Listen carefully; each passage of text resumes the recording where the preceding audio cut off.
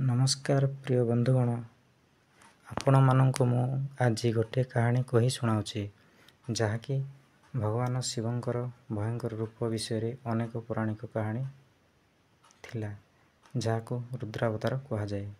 ଏହି ରୂପ ଭଗବାନ ଶିବଙ୍କ କ୍ରୋଧ ଏବଂ ତାଙ୍କର ବିନାଶକାରୀ ଶକ୍ତିର ପ୍ରତୀକ ଅଟେ। ଥରେ ଭଗବାନ ଶିବଙ୍କ ଶ୍ୱଶୁର ଦକ୍ଷ ପ୍ରଜାପତି ଏକ ମହାନ ଯଜ୍ଞର ଆୟୋଜନ କରିଥିଲେ। ଏହି ଯଜ୍ଞରେ ସେ ସମସ୍ତ ଦେବୀ ଏବଂ ଦେବତାମାନଙ୍କୁ ଡକାଇ ନିମନ୍ତ୍ରଣ କରିଥିଲେ, କିନ୍ତୁ ଭଗବାନ ଶିବଙ୍କୁ ନିମନ୍ତ୍ରଣ କରିନଥିଲେ। ଭଗବାନ ଶିବଙ୍କ ପାଇଁ ତାଙ୍କର ବିଶେଷ ପ୍ରେମ ନଥିଲା ଏବଂ ତାଙ୍କୁ ପୂଜା ମଧ୍ୟ କରିନଥିଲେ। ଯେତେବେଳେ ଶିବଙ୍କ ପତ୍ନୀ ଏହି ବିଷୟରେ ଜାଣିଲେ, ସେତେବେଳେ ସେ ଏହି ଅପମାନ ସହିପାରିଲେ ନାହିଁ ଏବଂ ନିମନ୍ତ୍ରଣ ବିନା ଜାଗାରେ ପହଞ୍ଚିଲେ। ସେଠାରେ ସତୀ ପାର୍ବତୀ ଦେଖିଲେ ଯେ ତାଙ୍କ ସ୍ୱାମୀ ଶିବଙ୍କୁ କୌଣସି ସମ୍ମାନ ଦିଆଯାଉ ନାହିଁ। ଏହି ଅପମାନ ଦ୍ୱାରା ସତୀ ସେହି ଯଜ୍ଞକୁଣ୍ଡରେ ନିଜ ଜୀବନକୁ ବଳିଦାନ ଦେଇଥିଲେ। ଯେତେବେଳେ ଭଗବାନ ଶିବ ସତୀଙ୍କ ଏହି ମୃତ୍ୟୁ ଖବର ପାଇଲେ, ସେ ଅତ୍ୟନ୍ତ କ୍ରୋଧିତ ହେଲେ।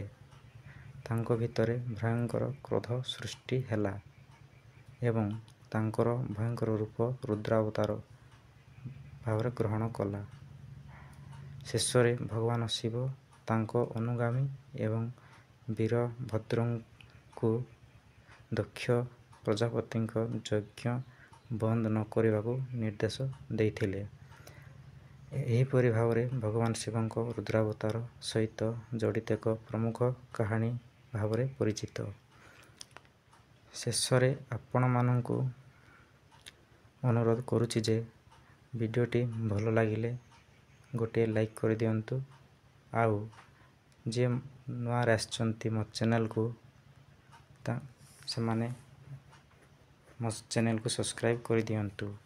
ଆଉ କେମିତି ଲାଗିଲା ତାହା ମୋ କମେଣ୍ଟ ବକ୍ସରେ ମତାମତ ଦିଅନ୍ତୁ। ଜୟ ଭୋଲେନାଥ, ଜୟ ଶିବ ଶମ୍ଭୁ, ହର ହର ମହାଦେବ, हर हर महादेव, हर हर महादेव। जय बाबा भोले शंकर, जय माँ भोले माँ पार्वती।